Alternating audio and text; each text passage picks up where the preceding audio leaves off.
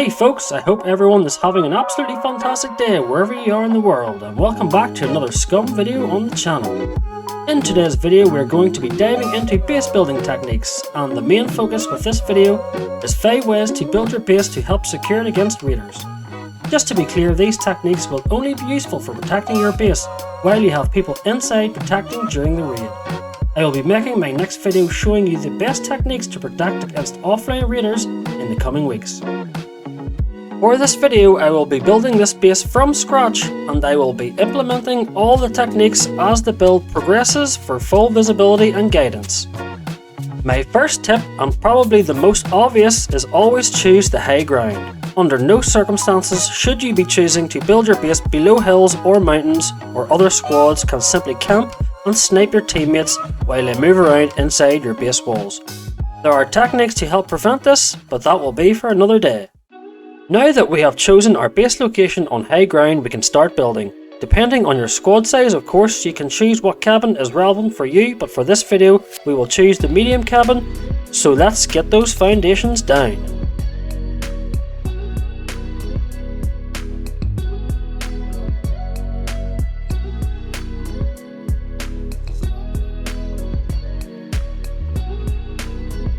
My second tip is to layer your base. This should be the most obvious, but in my opinion is the most important. You need to take into consideration how many C4 enemy squads are going to need to get into your cabin area. I find the conventional square or rectangle design is most effective. Anything between 4 or 5 fully upgraded layers of wall should be sufficient unless they are determined and have come heavily supplied. Each layer should have at least tier 3 upgrade, and at the very least one layer should be concrete or brick. These layers need to be spaced out by either the width of a single door frame or a double door frame. This is vitally important for my third tip, but most importantly to prevent the blast radius of C4 and other explosions damaging more than one layer of wall at a time. My third tip of the day is doors, and more doors. However many doors you think you need to triple that amount. Each upgraded door will hold 3 gold locks and 2 lock protectors. You need to slow the raiders down, but unfortunately that's all a lock will do. A good lock picker will pick anything between 10 and 30 gold locks in the space of 5 minutes, and if left unchallenged will breeze through all your gold locks in no time. You must force the hand of the squads with the best lock pickers and deter the squads that do not have this luxury. My final 2 tips will be focused on defending your base from the inside. I don't really have names for these designs, and these are tactics that I have picked up from my friends and squad mates in game and by no means have been created by myself. Choke points designed to attack lockpickers while they are picking, while keeping you out of the line of sight of the enemy. Funnels, designed to funnel lockpickers into a kill zone, which can easily be accessed by yourself and your squad mates to flush out lockpickers as they do their dirty work. Tip number 4, the watchtower technique.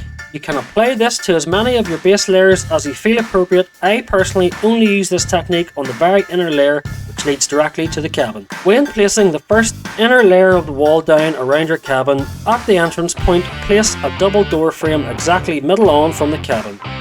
Once this is done, add another 4 frames in front of that, spacing them evenly apart, allowing enough room to see between each door frame right through to the other side.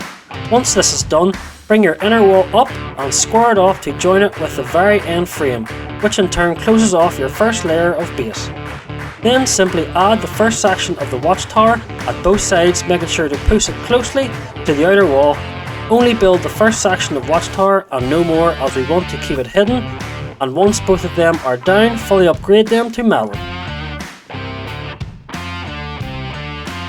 Now you can see we have access to each of these doors from the inside the watchtower, meaning we can open and close each individual door, which will help us flush out lockpickers while they work and even lock them inside the wall limits. All this while being completely protected from the enemy fire and helping you defeat those pesky raiders once and for all. My 5th and final tip for today will be the tunnel technique. I like to apply this technique on the second layer of base. This design will funnel the lockpickers into a tight and dangerous corridor and reduce any support they will have and expose them to attack from defenders. Using the frame as a spacer, measure the space between your inner and second layer walls with the door frame and then use this as guidance to start building your second layer around your base. Once this is done, you have the main structure of your base complete. Now add your third layer around the base, leaving space for cars, or if not, keeping the square shape of your base intact, but make sure to make this layer wider than the previous ones so we can implement our next defense technique.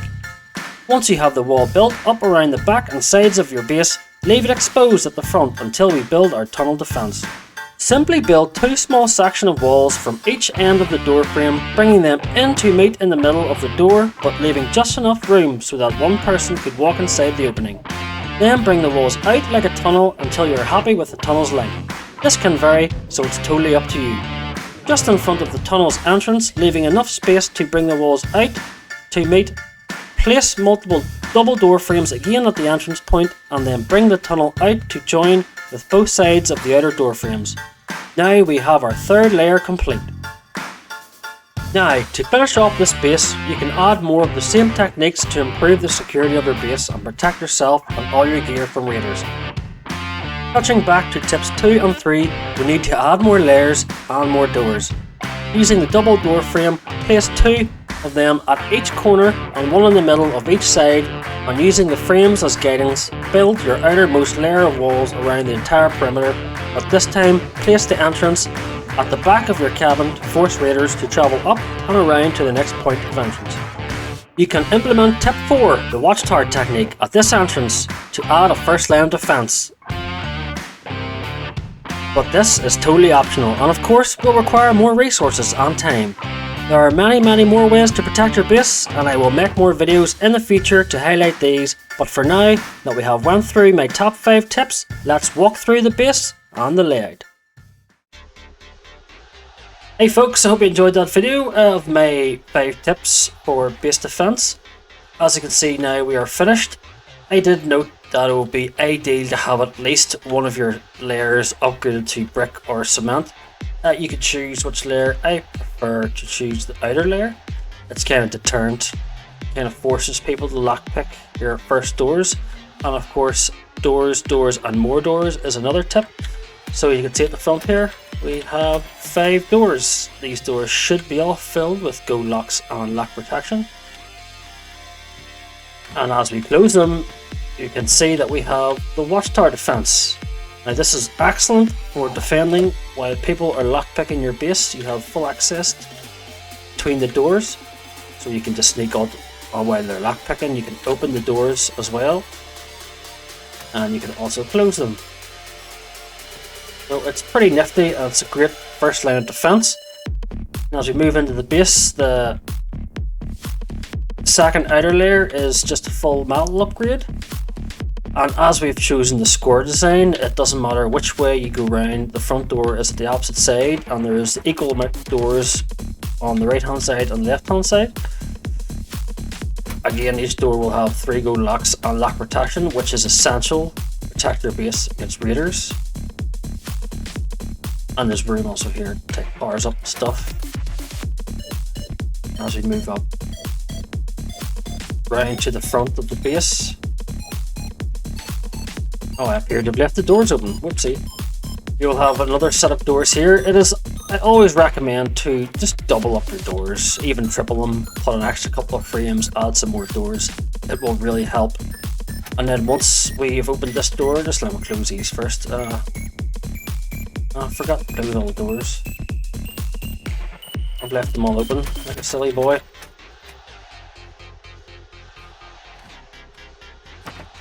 Let's forget about that way. And then we will close these as well. So once you've entered this next section, it leads you to the tunnel. Now this is an ideal defense because only one person can enter this at a time, and it forces your lockpicker to come down this little narrow tunnel, which will obviously be cemented with bombs and traps, and it will take them an absolute ease to get through. And then we come here. Now there's another 2 doors here. You can double or triple those up, but the key to this part is when you're defending and you hear someone lockpicking your doors, all you have to do is open them up. You can kill them, you're protected by this wall, and then you can peek out also. And then once he's dead, just close the doors again. This is an ideal defense against lockpickers and works an absolute treat.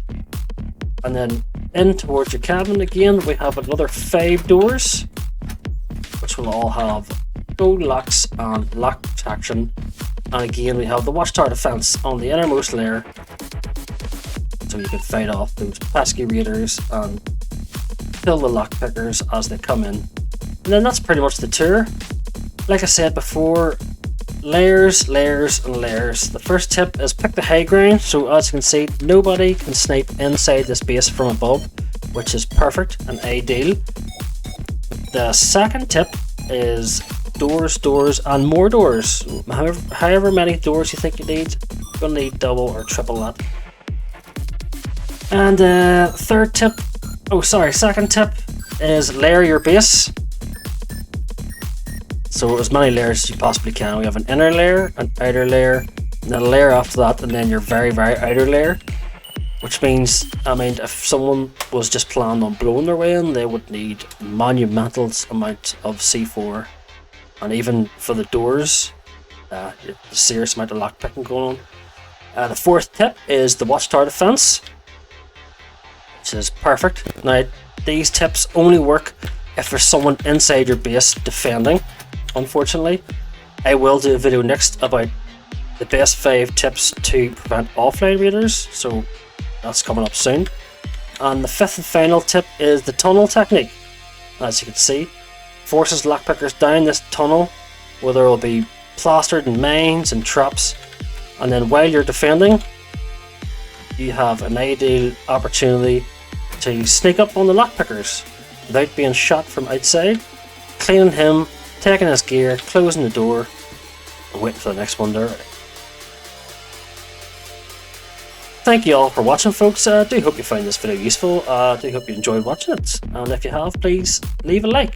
And if you have any comments or any suggestions, don't be shy down in the comment section below. I hope to hear from you. Thank you all for watching. Stay safe, and I'll see you all in the next one.